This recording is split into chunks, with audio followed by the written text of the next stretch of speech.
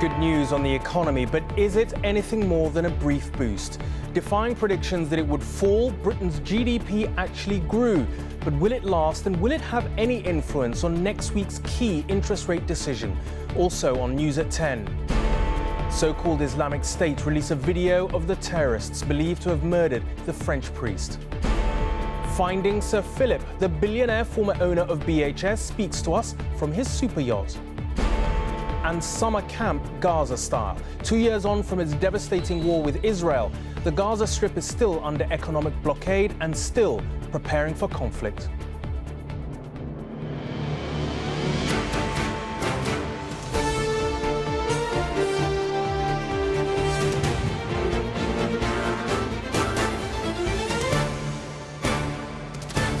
This is ITV News at 10 with Raghi Omar.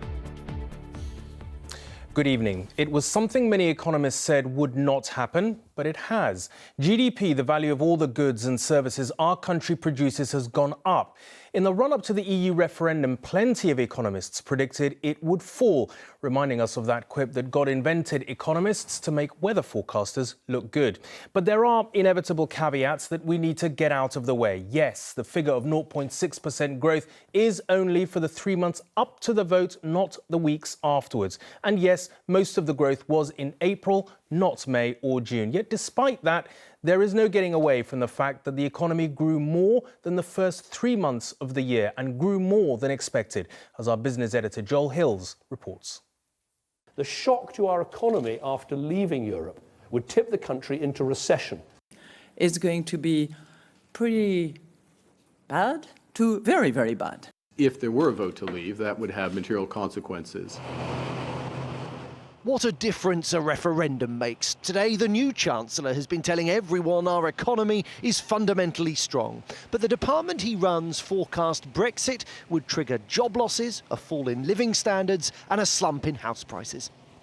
Our job now is to manage and mitigate those risks, to try to make sure that they don't crystallise. Where they inevitably do crystallise, to minimise the impact of them.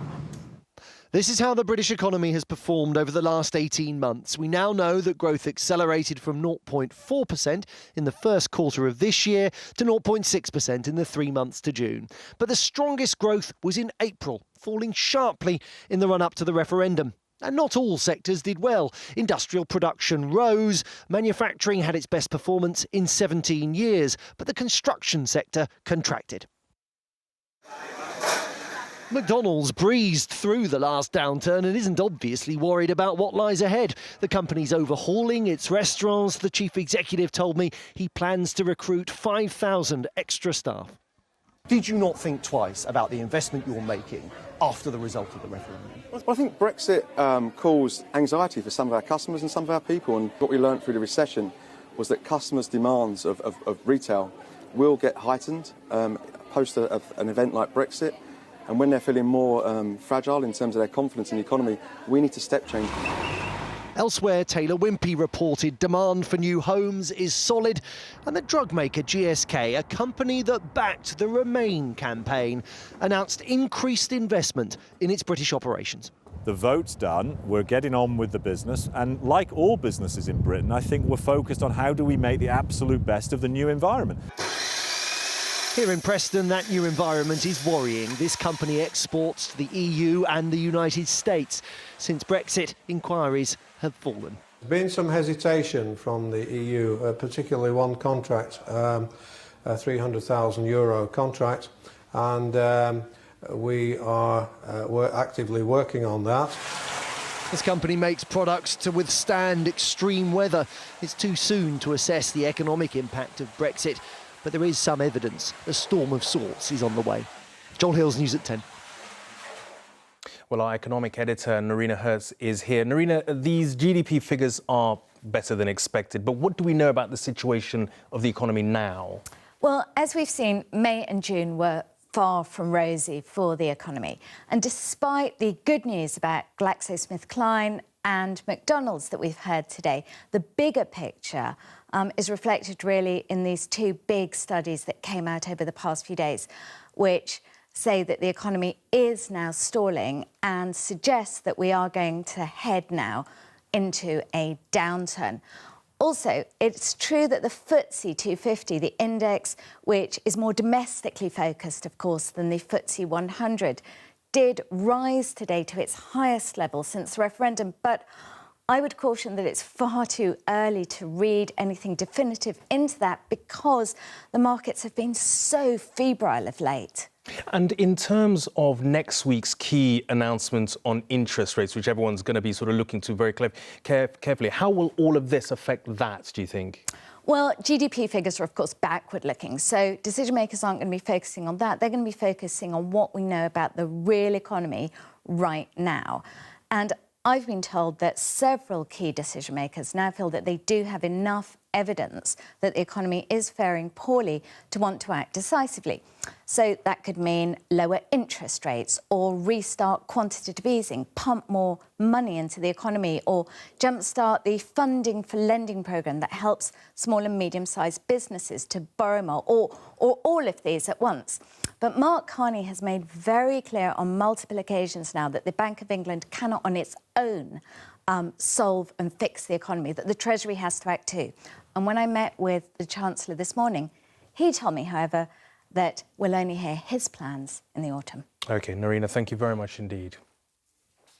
As France and indeed the rest of the world reels from yesterday's murder of an elderly priest, so-called Islamic State had one more shock to inflict. It released a video of what it said was the two men who carried out the attack. It shows them swearing allegiance to Islamic State's leader.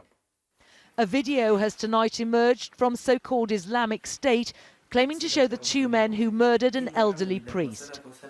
Speaking in Arabic, Adel Kamichi and Abdel Malik Petitjean pledge allegiance to the group and its leader. It followed new footage filmed by people living near the church, showing their crime being committed. They realise something is wrong as soldiers and police surround the church.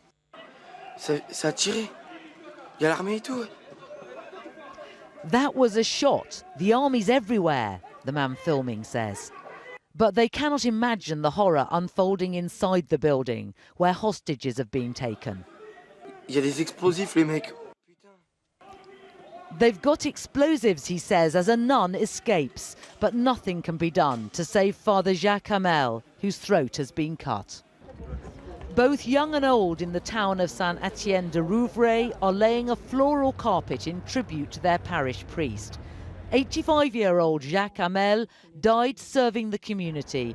They cannot understand why. Sebastian and Maria served with him in the church that they can just see from their balcony.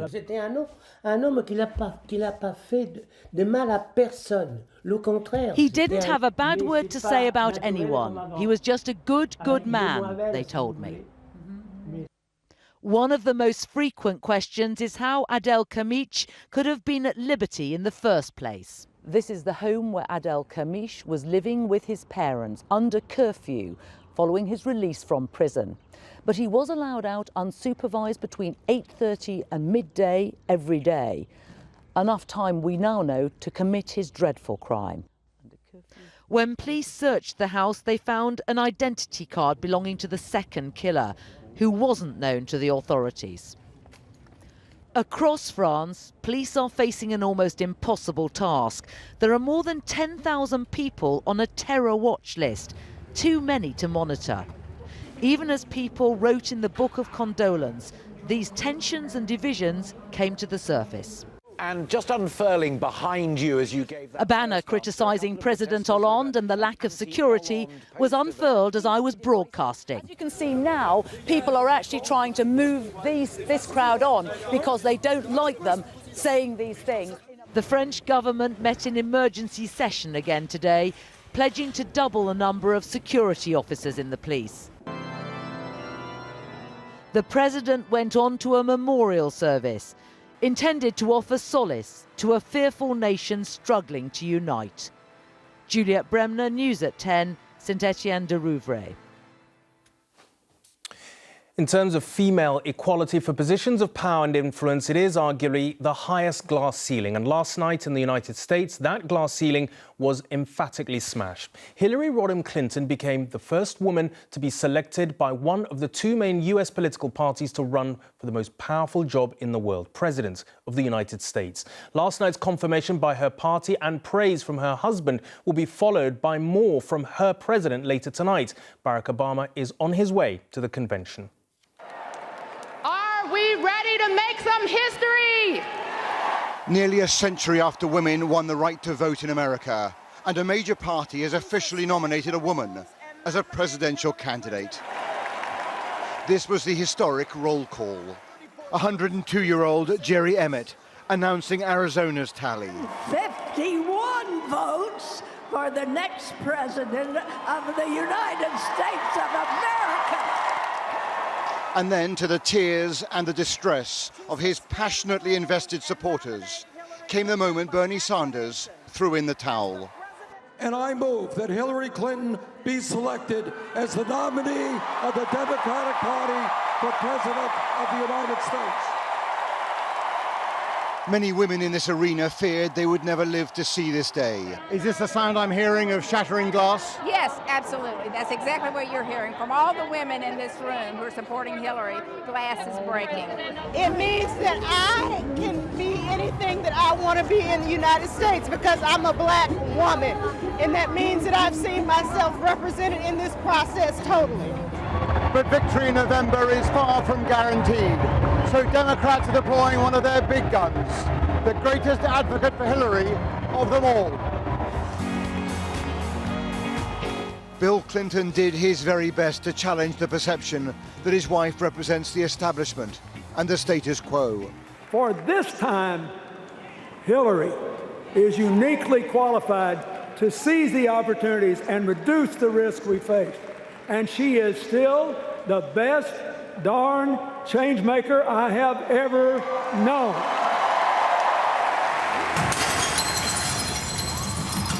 With that shattering of the glass ceiling now part of the imagery, Mrs. Clinton appeared by video link with a message for a group of Americans who cannot even vote in November. If there are any little girls out there who stayed up late to watch, let me just say, I may become the first woman president, but one of you is next. And from the White House, the ultimate big hitter is riding in tonight to Philadelphia to further boost Hillary. The president has repeatedly shown his oratory can change politics. 12 years ago to the day, he first came to national prominence with this celebrated speech. There is not a liberal America and a conservative America. There is the United States of America. Just 4 years later, he had seized the nomination and the presidency. The change we need doesn't come from Washington. Change comes to Washington.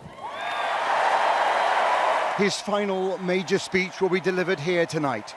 His overriding goal to secure Mrs. Clinton's election and thereby preserve his own legacy.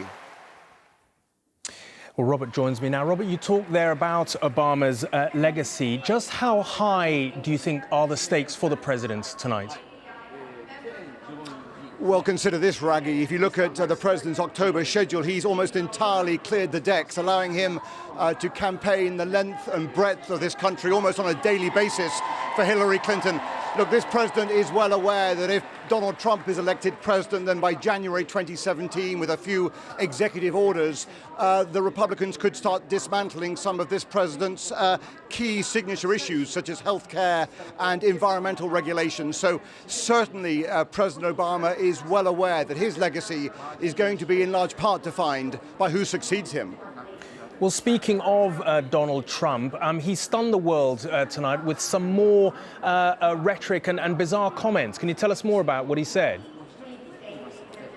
Well, that's right. I mean, look, Donald Trump is such a freewheeling maverick. It is difficult to be shocked by him, but he did make some really very bizarre comments. The Democratic Party's email system has been hacked into, we believe, by the Russian intelligence services, and those emails have been leaked. And today, Donald Trump appeared to directly appeal to Moscow to hack into Hillary Clinton's private email server. In other words, he appeared to support an act of cyber espionage by the Russians against the Americans. A bizarre position for a Republican presidential candidate to be in. An extraordinary election year in America. Thank you, Robert. Now, to have any chance of beating Jeremy Corbyn for the Labour leadership, the MP who wants his job, Owen Smith, knows he has to win over, yes, some of Jeremy Corbyn's left-wing supporters. So in his first big pitch, Mr. Smith talked about ending austerity, introducing a wealth tax, strengthening workers' rights and bringing in a socialist revolution. But he might be regretting his choice of language about the Prime Minister. He drew some strong criticism and threatened to overshadow his entire speech. And as for his choice of location, that was meant to channel the mid-80s miners' strike. His choice of backdrop, a window blind, wasn't perhaps so well thought out. It was on the site of the old coking plant at Orgreave in South Yorkshire, the site of many miners' strike battles, where Owen Smith tried to connect his bid for Labour's leadership with the party's working class past.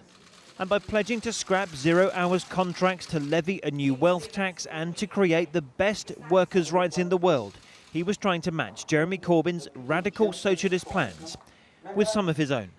I am determined that a Labour government that I hope to lead will smash austerity, will end austerity. I am determined that we will make a series of unbreakable promises to the British people to guarantee a better future. So it was left-wing, it was radical, and there were policies. But there was controversy too, depending on whether you think this comment about Theresa May was appropriate or not. Theresa May even had the temerity, I don't know if you saw it at PMQs, to lecturing Labour on social injustice. And I'll be honest with you, it pained me that we didn't have the strength and the power and the vitality to smash her back on her heels. Smashing Theresa May back on her heels was not in the script. Owen Smith had gone off-piste, but on Twitter came accusations of violent misogyny and sexism. So should he have taken more care? There were some people on Twitter who thought you were being misogynistic when you said we should smash Theresa May back on her heels. Well, perhaps it backfired, but we should have a bit of robust language in this politics, I think. But, don't ever think that I was implying for a second any suggestion of, any sort of physical smashing back of Mrs. May or anybody else. As he left, a former miner gave Owen Smith a less than friendly send-off from Orgreave. You are not welcome, you are a traitor! And supporters of the current leader, Jeremy Corbyn, criticised the plans of the man who wants to be leader. So you've just told me that many of the policies that Owen has put forward are actually carbon copies of Jeremy's ones. I'm arguing that they're not, because they just don't go that far enough. They're not ambitious enough. I think Jeremy has got a far more ambitious programme. This was not a speech which was light in policy, but nor was it devoid of controversy. Chris Ship, News at 10, Rotherham.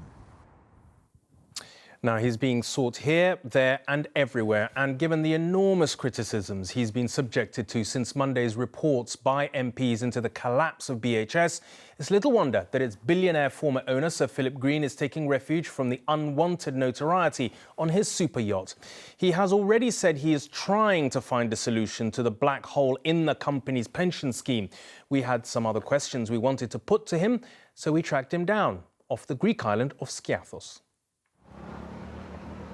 We've come to the Greek islands to try to speak with Sir Philip Green, the billionaire businessman who's on board his £100 million super yacht Lionheart has been heavily criticised over his dealings with the collapsed BHS chain. A damning parliamentary report alleges his greed was to blame, claims he strenuously denies. So I phoned him to get his response. It's Neil Connery from ITV News, Sir Philip. So I was just wondering if it might be possible to get your reaction to the events of the last few days. The answer's no. You don't want to say anything? No. OK, is there any possibility we could maybe talk later on today or later in the week? I think it's most unlikely. This was Sir Philip Green pictured on his yacht last week. The BHS collapse has cost 11,000 jobs and threatens the income of 20,000 pensioners. Do you want to say anything to the pensioners at BHS or the employees in the light of the allegations made in this report? I'm not talking to anybody at the moment, don't be rude, OK? He's now facing calls to sell his yachts to help the collapsed firm's pension fund deficit. As the fallout from the Select Committee report continues, Sir Philip Green remains on his super yacht here in the Aegean Sea. Despite all the criticism he now faces, he insists he's been unfairly blamed for what happened at BHS.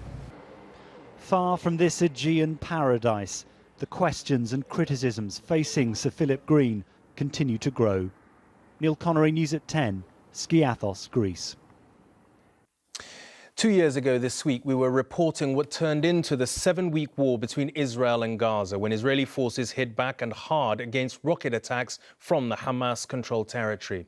The 50-day conflict in the summer of 2014 left 120,000 homes in Gaza damaged and 20,000 completely destroyed.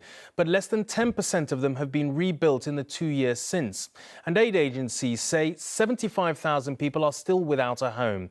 Unemployment stands at 45%. Even higher amongst the young. And the UN has warned that unless things rapidly improve, Gaza could be uninhabitable by 2020. Now it appears Gaza's teenagers feel they have no option but to prepare to fight for their futures. School's out in Gaza, and for thousands of teenagers here, this is how the holidays are spent. Preparation for the next conflict with Israel, handling firearms and physical training. Their enemy is very close, just a few hundred meters away at the border. There's every chance they're watching. So the tutors at this summer camp like to keep their faces covered. We don't want war, but if it is forced upon us, then we are ready. We are training the next generation of fighters who want to protect their homeland. The camp is run by Hamas, the militant group which governs Gaza. Their hardware is on display, over and underground. One of the reasons the last war went on as long as it did was that Israel was trying to destroy the network of attack tunnels that Hamas had built from Gaza into Israeli territory. Well, Hamas very keen to demonstrate here that their tunnelling strategy is still very much a going concern. As part of their training programme, cadets rehearse a cross-border raid to kidnap Israeli soldiers. It's a threat which Israel takes seriously. Its army says it's destroyed several tunnels so far this year. And on the Israeli side of the border, among veterans of the last war, there's a sense of inevitability about the next one. The situation on the other side has not changed. No seaport, no open borders, and international recognition. So they don't have anything to lose. Israel maintains an economic blockade of Gaza because it fears that Hamas will use imports for military purposes. But a lack of building materials means that people whose homes were flattened in the bombing of the last war are still living under tarpaulin and corrugated iron. During the summer, it's so hot, we live like we are dead. During the winter, the children cry because of the cold. In our old house, we had water and electricity. We had no problems then. There is some rebuilding going on, but it doesn't provide enough work to make any impact on an unemployment rate of 45%. Gaza's young people have grown up in isolation and grown used to a lack of opportunity. There's plenty of bravado amongst the guns at the summer camp, but there's also an absence of hope. Geraint Vincent, News at 10, Gaza. It's probably safe to say, nearly 5 weeks after the referendum vote, that it's going to take a very long time for Britain to work out its new relationship with the EU. The Prime Minister said today Britain would develop its own model, more made to measure perhaps than off the peg. But we now know that standing in her way in terms of negotiating a good deal for Britain is a hard-nosed Frenchman who is not likely to do Britain any favours. Under the broiling midday sun at a palazzo in the hills of Rome, Theresa May took the next step in what is becoming a European odyssey, sounding out capitals, probing for areas where there might be agreement in the negotiations to come. Her host, Italy's Matteo Renzi, is keen to get the process underway. Here they're blaming uncertainty over Brexit for bringing their banks close to collapse. And perhaps it was by way of revenge that he scheduled their press conference outside with a beautiful backdrop, but not a hint of shade. Can I say thank you for such a warm welcome in every sense of the term. These are not supposed to be negotiations as such, just sounding each other out. Are you detecting any flexibility on this issue of restrictions on freedom of movement whilst retaining single market access? We had a very clear message from the British people in the Brexit vote that they want us to bring in some control on free movement, and we will deliver on that. I think we should be developing the model that suits the United Kingdom and the European Union, not adopting necessarily a model that's on the shelf already. Prime Minister Renzi, do you see any grounds at all for compromise on this issue? All the political life is a life of compromise, but I think this is a very delicate point for the reason Teresa explains very well now. Renzi has a particular problem in that Italy's main opposition party is itself demanding a referendum on getting out of the euro. What I wish is that someone, as the Italian government, as seen is in Great Britain, can follow the example of asking to the people if they want to stay in the European Monetary Union or get out of the European Monetary Union. Tomorrow the tour continues with visits to Warsaw and the Slovak capital Bratislava. The message there on freedom of movement is likely to be even tougher. It is one issue which in Eastern Europe they say they will not compromise on. And to make things a little tougher still, the job of negotiating Europe's Brexit terms has been given to Michel Barnier, a French politician who, when a European commissioner, clashed frequently with the City of London. The big decisions won't be his, but it is a strong signal that Brussels intends to play hardball. Thank you, grazie mille. As this visit came to an end, they swiftly folded up the Union flag. They are genuinely sad here that they may not be needing it so often in future. James Mates, News at 10, Rome. 3 days after the International Olympic Committee ducked the decision on Russians going to the Games, plenty of them have now been cleared to take part, despite their country's state-organised doping programme.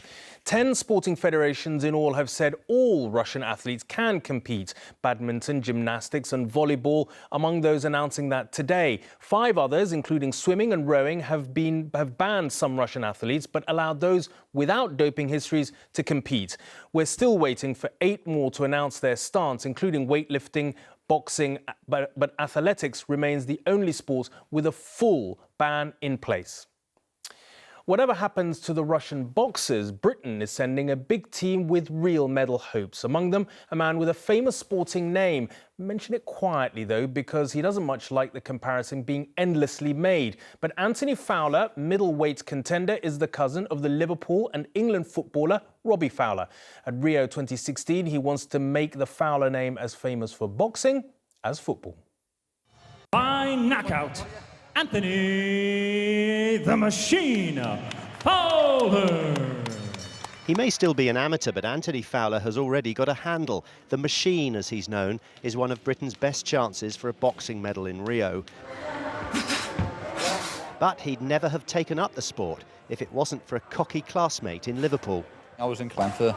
I didn't realise how much I wanted to win till I lost my first fight, and I remember crying. I was only 11, but I remember crying. And really? Yeah, and I just thought, whoa, why am I so down after this? And then after that, I never wanted to lose again, so I always worked very hard. He didn't compete at the London Games, but in 2013 he won a bronze medal at the World Championships. Only injury stopped him going further. So he's got a great chance in Rio, according to his coach. He always had good balance, he always had good timing, and he always had that little bit of spitefulness, just to go a little bit more, to do a little bit more than the others would do to get the win. Fowler comes from a sporting family. His cousin's Robbie Fowler, the former Liverpool striker. Good footballer, but is he a good boxer? I wouldn't say so, no. I don't think many footballers like getting punched. Fowler's done it. All Fowler's hard work finally paid off earlier this year, the relief obvious as he secured his place at Rio in a qualifying event. Britain has 12 boxers at the Olympics, their largest squad at a Games for 32 years. They're all amateurs, even though the sport's governing body announced professionals could also compete this summer. If self-belief makes a champion, Fowler's halfway to a medal already, and woe betide anyone who stands in his way. Ian Payne, News at 10. Finally, another reason on top of Brexit for the French to fall out of love with the UK. We have overtaken them in cheese production, no less, as the International Cheese Awards in Cheshire, no mean cheese-making county itself, have proved. The UK has around 700 varieties now, 100 or so more than France. So you could well say that we, and not France, are Europe's grand fromage. The world's biggest cheese championship was held in Cheshire today, and there were more British varieties up for awards than ever before. They come in all shapes, sizes and colours, from the Leicester Red to the Stilton Blue. But if you want to know if they're any good, you'll need to ask a professional. Extract the core and straight away smell it, and it's lovely and clean and fresh. Around here, they call Bruce MacDonald the cheese chairman. And how does what Britain is now making compete with the best that the world has to offer? Really well. Our makers are bringing out some fantastic products, continually developing them. There's a huge demand for our traditional varieties such as Red Leicester and Double Gloucester, Cheshire. It's not all about cheddar. One reason so many British cheesemakers are springing up comes down to simple economics. Milk prices collapsed, but cheese kept its value. If we hadn't have done this, then as a small family-run dairy farm, we wouldn't be part of it anymore. At least we're still part of a farming generation that's still surviving, just. What do you think? It's really good, really flavoursome, really tasty. It's a really good cheese, really. You like it? Yeah, I do like it, yeah. This is coming from a French cheese seller. Yeah, I know. France is still the world's biggest cheese consumer, but with so much British cheese now trying to get a slice of the global market, it's enough to give French producers nightmares. Peter Smith, News at 10, Cheshire. That's it from me. Good night from everyone on the programme.